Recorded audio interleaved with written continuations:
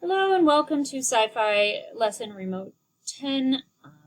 This is going to be a story called The Monsters Are Due on Maple Street, and it is actually going to be a script. Instead of reading a regular an assignment, you're going to be reading a script. So we have to kind of look through what that looks like and how it's going to be different than reading it. So first you're going to learn the elements of the script today and how reading a script is different than reading prose, which is paragraphs like we usually read. You're going to read a script and then answer some questions based on what you read. And then you're going to compare and contrast this version of the story with a film adaptation in 2 weeks when we are done reading this. So let's look at how to read a script here. So if you look over here, this is a page that's been cut from the script. You see in brackets in this particular one, and it's all in bold. All right, and you see it in several places. There's one here, there's one here. All right. These words in bold and bracket are stage or camera directions. So you read them silently and not out loud to yourself. I will most likely read these stage directions as we are recording today, but just for the purposes of making sure that you read everything and that you get everything. When you're reading a script, you really just have to kind of look them over, but you don't actually have to read them out loud. And down here on the bottom, when you see someone's name in bold and then opposite them there's lines, those are the people speaking. So when we read it in prose, we would normally have quotes around them so we know, and it says, you know, Steve said or said Don or whatever. But in a play, we don't have that, okay? Or in a script situation, we don't have that. So everything after their name is them talking, all right?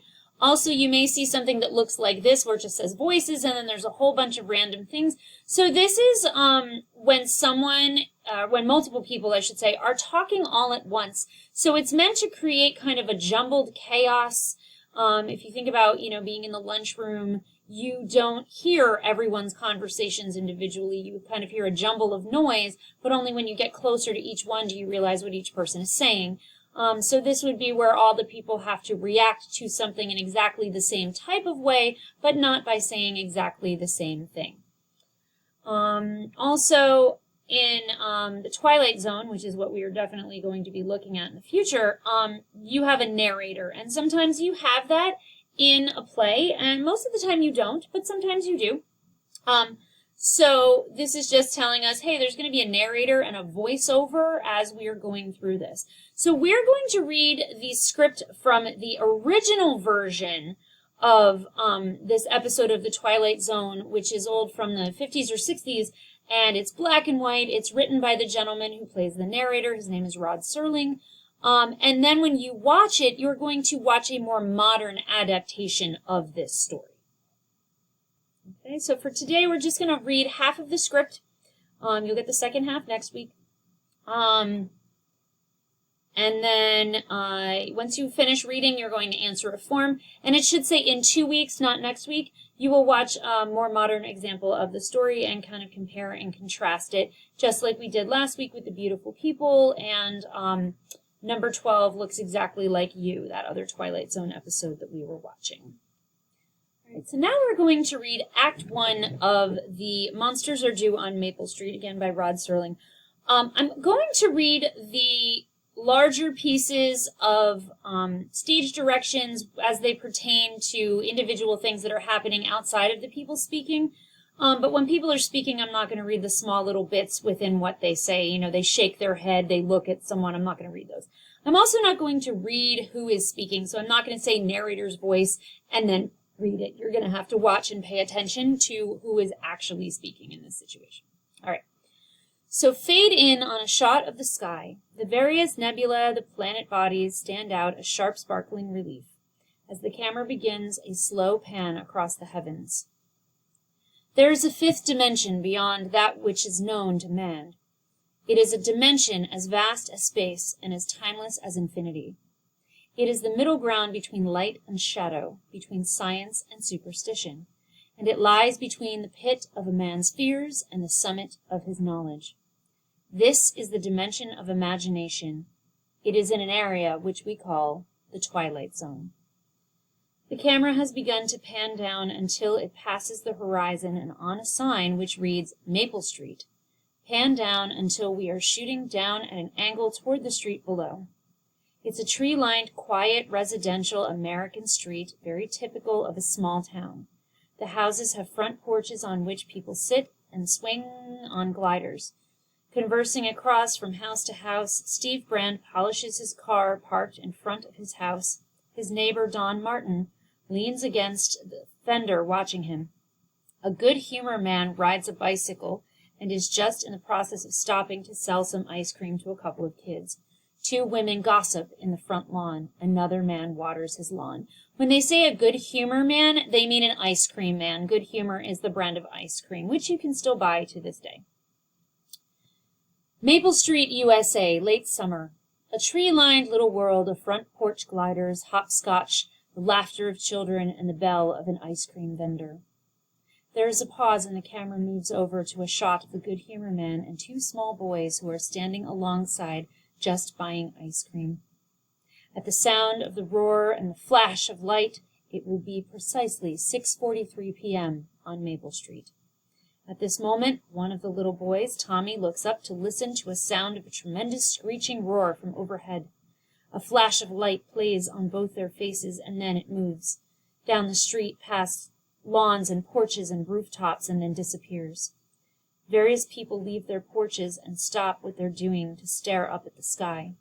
Steve Brand, the man who has been polishing his car, and now he stands there transfixed, staring upwards. He looks at Don Martin, his neighbor from across the street. So it's very important to notice that they kind of set you up with this very calm, serene, peaceful setting of this 1950s or 60s, suburb, this little town. Everybody's just outside playing and polishing their cars and talking to each other. And then all of a sudden there is this very loud boom and very loud noise that completely interrupts all of this. So they give you that contrast in order to make this boom even worse and sound even worse than it is. Okay, so Steve begins. What was that? A meteor? That's what it looked like. I didn't hear any crash, though. Did you? Nope, I didn't hear anything except a roar. Steve, what was that? Guess it was a meteor, honey. Came awful close, didn't it? Too close for my money. Much too close. Camera pans across the various porches to people who stand there watching and talking in low, conversing tones. Maple Street, 6:44 p.m. on a late September evening. Maple Street in the last calm and reflective moments before the monsters came. The camera slowly pans across the porches again. We see a man screwing a light bulb on a front porch, then getting down off the stool to flick the switch and finding that nothing happens. Another man is working on an electric power mower. He plugs in the plug, flicks on the switch of the power mower, off and on with nothing happening. Through the window of a front porch, we see a woman pushing her finger back and forth on the dial hook.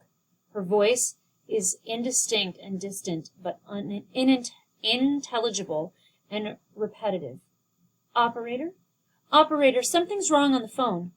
Operator? Mrs. Brand comes out onto the porch and calls Steve. Steve, the power's off.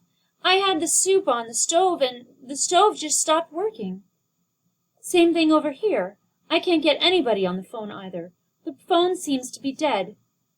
We look down the street as we hear the voices creep up from down below, small, mildly disturbed voices, highlighting these kinds of phrases. The electricity's off. The phone won't work. We can't get a thing on the radio. My power motor won't move. Won't work at all. The radio's gone dead. Peter Van Horn, a tall, thin man, is seen standing in front of his house. I'll cut through the backyard, see if the power's still on Floral Street. I'll be right back. He walks past the side of his house and disappears into the backyard. The hammer on Van Horn's hip as he walks. The camera pans down slowly until we're looking at 10 or 11 people standing around the street and overflowing to the curb and sidewalk. In the background is Steve Brand's car. It doesn't make any sense. Why should the power go off all of a sudden and the phone line? Maybe some sort of electrical storm or something. That don't seem likely. Sky's just as blue as anything, not a cloud, no lightning, no thunder, no nothing. How could it be a storm? I can't get a thing on the radio, not even the portable. The people again murmur softly in wonderment and question. Well, why don't you go downtown and check with the police? Though they'll probably think we're crazy or something. Little power failure, and right away we get all flustered at everything. It isn't just the power failure, Charlie. If it was, we'd still be able to get a broadcast on the portable. There's a murmur of reaction to this. Steve looks from face to face and then over to his car. I'll run downtown. We'll get this all straightened out. He walks over to the car, gets in, turns the key. Beyond it, we see the crowd watching him from the other side. Steve starts the engine. It turns over sluggishly and then just stops dead. He tries it again, and this time he can't get it to turn over. Then, very slowly and reflectively, he turns the key back off, and then slowly gets out of his car. As they stare at Steve, he stands for a moment by the car and then walks towards the group. I don't understand it. It was working fine before. Out of gas? I just had it filled up. What's it mean? It's just as if everything is stopped. We'd better walk downtown. The two of us can go, Charlie. It couldn't be the meteor. A meteor couldn't do this.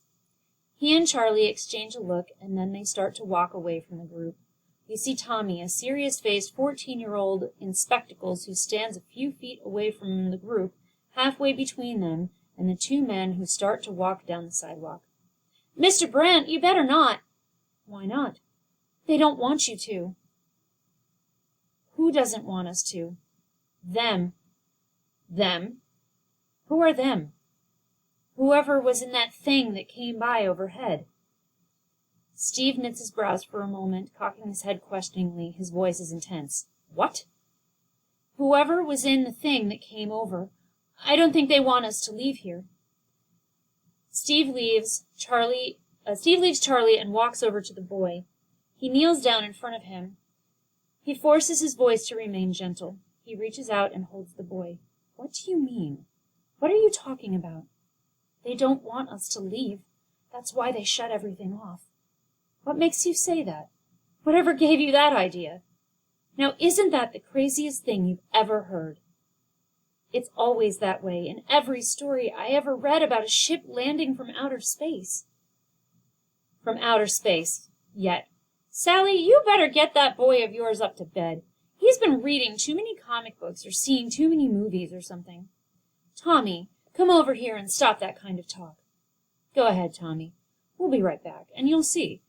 That wasn't any ship or anything like that. Or like it. That was just a meteor or something. Likely as not. He turns to the group, now trying to weigh his words with an optimism he obviously doesn't feel, but is desperately trying to instill in himself as well as the others. No doubt it did have something to do with all this power failure and the rest of it. Meteors can do some crazy things, like sunspots. Sure. That's a kind of thing, like sunspots. They raise Cain with radio reception all over the world, and this thing below, or being so close, why, there's no telling the sort of stuff it can do. Go ahead, Charlie. You and Steve go into town and see if it isn't causing it all. Steve and Charlie again walk away from the group down the sidewalk. The people watch silently. Tommy stares at them, biting his lips and finally calling out again, Mr. Brandt! Mr. Brandt, please don't leave here! Steve and Charlie can be seen beyond them. They stop once again and turn toward the boy. There's a murmur in the crowd, a murmur of irritation and concern, as if the boy were bringing up fears that shouldn't be brought up. Words which carried with them a strange kind of validity that came without logic, but nonetheless registered, and had meaning and effect. Again the murmur of reflection from the crowd. Tommy is partly frightened and partly defiant as well. You might not even be able to get to town. It was that way in the story. Nobody could leave. Nobody except who? Except the people they'd sent down ahead of them. They looked just like humans, and it wasn't until the ship landed that... He suddenly stops again, conscious of everyone staring at him, and a sudden hush over the crowd. Tommy, please, son. Honey, don't talk that way. That kid shouldn't talk that way. And we shouldn't stand here listening to him. Why, this is the craziest thing I ever heard of. The kid tells us a comic book plot, and here we stand listening. So this man is pretty much the only one to kind of be speaking like something that makes sense at this point. You know, we see something, we don't understand what it is, but automatically this boy jumps in with his science fiction mind, and people are kind of standing around listening to him, which is kind of strange. Steve walks towards the camera, stops by the boy. Go ahead, Tommy. What kind of story was this? What about the people that they sent out ahead? That was the way they prepared things for the landing. They sent 4 people, a mother and a father and 2 kids who looked just like humans, but they weren't. There's another silence as Steve looks towards the crowd and then toward Tommy. He wears a tight grin. Well, I guess what we'd better do then is to run a check on the neighborhood and see which ones of us are really human. There's laughter at this, but it's a laughter that comes from a desperate attempt to lighten the atmosphere. It's a release kind of laugh. The people look at one another in the middle of their laughter. There must be something better to do than stand around making bum jokes about it. I wonder if Floral Street's got the same deal we got. Where's Pete Van Horn, anyway? Didn't he get back yet? Suddenly, there's the sound of a car's engine starting to turn over. That should probably be stage directions, and it's mistyped. Oh, and it's down here. We look across the street toward the driveway of Les Goodman's house. He's at the wheel driving trying to start the car. Can you get it started, Les? No dice. He walks toward the group. He stops suddenly as behind him. Inexplicably and with a noise that inserts itself into the silence, the car engine starts up all by itself. Goodman whirls around to stare toward it. The car idles roughly, smoke coming from the exhaust, the frame shaking gently. Goodman's eyes go wide, and he runs over to his car. The people stare at the car. He got the car started somehow. He got his car started! How come his car just up and started like that? All by itself. He wasn't anywhere near it. It started all by itself. Don approaches the group, stops a few feet away to look toward Goodman's car, and then back toward the group. And he never did come out to look at that thing that flew overhead. He wasn't even interested. Why? Why didn't he come out with the rest of us to look? He always was an oddball. Him and his whole family. Real oddball. What do you say we ask him? The group suddenly starts towards the house. In this brief fraction of a moment, they take the first step toward performing a metamorphosis that changes people from a group into a mob. They begin to head purposefully across the street toward the house at the end. Steve stands in front of them for a moment. Their fear almost turns their walk into a wild stampede, but Steve's voice, loud, incisive, and commanding, makes them stop. Wait a minute! Wait a minute! Let's not be a mob! The people stop as a group seem to pause for a moment, and then, much more quietly and slowly, start to walk across the street.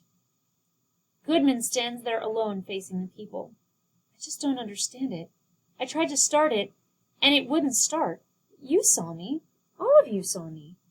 And now, just as suddenly as the engine started, it stops, and there's a long silence that is gradually intruded upon by the frightened murmuring of the people. I don't understand. I swear I don't understand what's happening. Maybe you better tell us. Nothing working on the street, nothing, no lights, no power, no radio. Nothing except one car. Yours. The people pick this up, and now their murmuring becomes a loud chant, filling the air with accusations and demands for action. The 2 of the men pass Don and head toward Goodman, who backs away, backing into his car, and now at bay. Wait a minute now. You keep your distance, all of you. So I've got a car that starts by itself. Well, that's a freak thing, I admit it, but does that make me some kind of criminal or something? I don't know why the car works. It just does. This stops the crowd momentarily, and now Goodman, still backing away, goes toward his front porch. He goes up the steps and then stops to stand facing the mob. we see Steve as he comes through the crowd. Quietly, we're all on a monster kick, Les. Seems that the general impression holds that maybe one family isn't what we think they are. Monsters from outer space or something? Different than us? Fifth columnists from the vast beyond? You know, anybody that might fit that description around here on Maple Street? What is this? A gag or something? It's a practical joke or something. You see a close-up of the front porch light that suddenly goes out. There's a murmur from the group. Now I suppose that's supposed to incriminate me. The light goes on and off, and that really does it, doesn't it? I just don't understand this. Look, you all know me. We've lived here 5 years, right in this house. We're no different than any of the rest of you. We're no different at all. Really, this whole thing is just weird. Well, if that's the case, Les Goodman, explain why. Explain what? Look, let's forget this. Go ahead, let her talk. What about it? Explain what? Well, sometimes I go to bed late at night.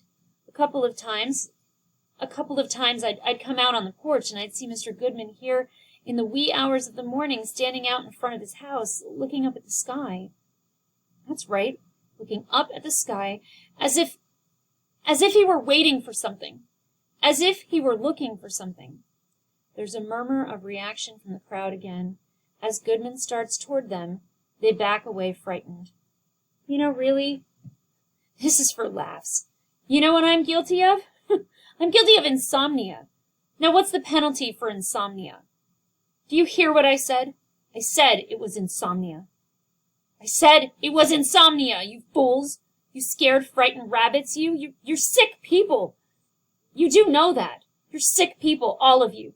And you don't even know what you're starting because let me tell you, this thing you're starting, that should frighten you. As God is my witness, you're letting something begin here that's a nightmare. So now that you're done reading this section, you're going to want to go and do your form. All right? So basically what's happened in this last section is that something weird happens with Goodman's car, and now everybody has become a mob, and they've turned against him. Even though this is highly unlikely, and they're believing the word of a 14-year-old and his comic books, you know, this is basically making everyone turn against this man. So now that you're done, make sure you go back and you finish your form, and we'll see you next time.